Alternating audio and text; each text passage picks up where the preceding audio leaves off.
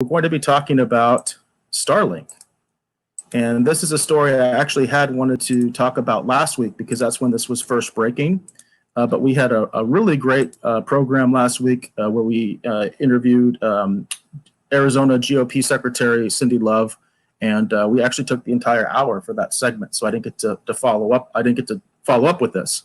But there has been a more recent article and another twist on this story since last week when it first broke. So this is from decrypt.com, and it says Elon Musk invites users to test Starlink space internet. The SpaceX CEO now has 500 satellites orbiting Earth and is primed for internet broadband trials this summer. And for those that were not aware, summer actually started on Saturday. That was the summer solstice, so we are officially in summer. It says, in brief, SpaceX has announced that it's looking for beta testers for its Starlink satellite constellation. The startup has launched 500 satellites into Earth's orbit this year with the aim of providing internet coverage to most of the world by 2021. It plans to begin trial of the space-based internet broadband platform this summer. So what we're seeing now is that SpaceX, of course, has been in the news quite a bit. We've talked about the launch of the Dragon spacecraft to the International Space Station. We've talked about their Starship, not the Liberty Starship, but the SpaceX Starship that they're planning to use to colonize possibly the moon and Mars. And now we're talking about Starlink and the fact that they are going to begin trials for this service. But this move is not without controversy. I'm not sure, Pete, if you had heard, but there are people that are complaining, especially astronomers complaining, that we may be looking at an unprecedented amount of space junk because of all these satellites that they plan to put up. This is only the beginning. This is the beta. This is the 500 satellites for the very beginning of the test. And I believe they're looking at places like Canada and maybe the northern United States, some of the more northern regions of Europe. They're looking at rural areas as opposed to urban areas. But eventually this network is going to be much, much larger. And I'm not sure if you had heard about this controversy, Pete, about some folks being upset that this satellite network may block their view of the stars. I did hear about that. I heard another complaint was possibly that this could trigger what's known as Kessler syndrome, which is basically all the satellites fall out of the sky. We suddenly go back to the Stone Ages because there's just too much floating around the Earth.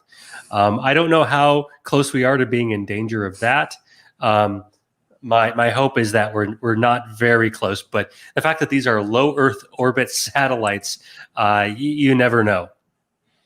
Yeah. Now, SpaceX does have an answer to this. They do say that they're going to be providing these satellites with some sort of shielding that is supposed to help with that, as far as the stargazing aspect, not necessarily the space junk aspect. In fact, I haven't really heard a lot of people talk about the space junk aspect, which actually I think is more serious than the fact that some stargazers might have an obstructed view of the galaxy now. But they are talking about sunshades. Here it is. It says, but these ambitious plans have drawn fire from stargazers. They complain that light pollution is a feature of the mega constellations because of the bright trails they leave across the night sky. SpaceX has promised to fit sunshades to the satellites to help solve this problem. But it doesn't really address the space junk problem that you just brought up. That I haven't heard anybody really talk about. Well, maybe Space Force can use the space junk for target practice. Well, it's funny. That I think that's a funny joke, Pete. But it actually brings up a larger point. This is obviously Liberty Starship. We talk about Liberty Views. SpaceX is a private company, and they are doing this as a private company. They are starting the service. They're sending satellites up on their own, of course, with approval from the FAA and other organizations. But we don't have an official regulatory government space agency at this time. And a lot of people, of course, compare Space Force to, Starfleet and Star Trek, and things like that. And a lot of people have thought, could this be the beginning of something like that? And it does, in terms of a more serious debate that I think is going to be occurring for decades, perhaps centuries, we're going to have to be looking at whether that's going to happen, whether we are going to eventually have some sort of Starfleet, some sort of regulatory body, and even an enforcement body for space. What about, I mean, this is maybe it's a silly question, but what about the FAA and NASA? Why can't they regulate that? Well, they're not international bodies. That's my point. International. Okay. Yeah, they're not international, but obviously Starfleet is a it's a multi-planetary organization in the fictional world of Star Trek. But right now, we do have, I know there's some agreements, there's international treaties that apply to space, things like you're not supposed to put nuclear weapons in space, but these are international treaties. And I know the UN does have some sort of office on space, but it's essentially a toothless organization. And so you kind of have to wonder, like you just said, for instance, if someone, let's just surmise in the future that a company might put a satellite up there without authorization. Who shoots it down? Who's responsible for taking it down? How do you take it down? These are actually valid questions, I think, for the future. Yeah. Well, yeah, there are dozens of international organizations kind of like that, right? The IMF, the WTO.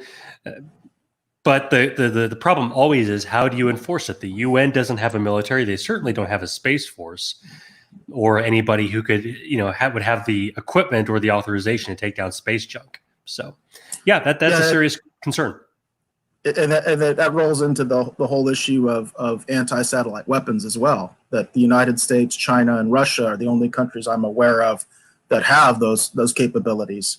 But that also brings that whole issue into focus as well. So this issue has wider repercussions as this continues, because I think as this is just the beginning. They plan to put many, many more satellites into orbit. And so the issue of the folks having their obscured views and also the space junk issue, it's just going to get bigger, I think.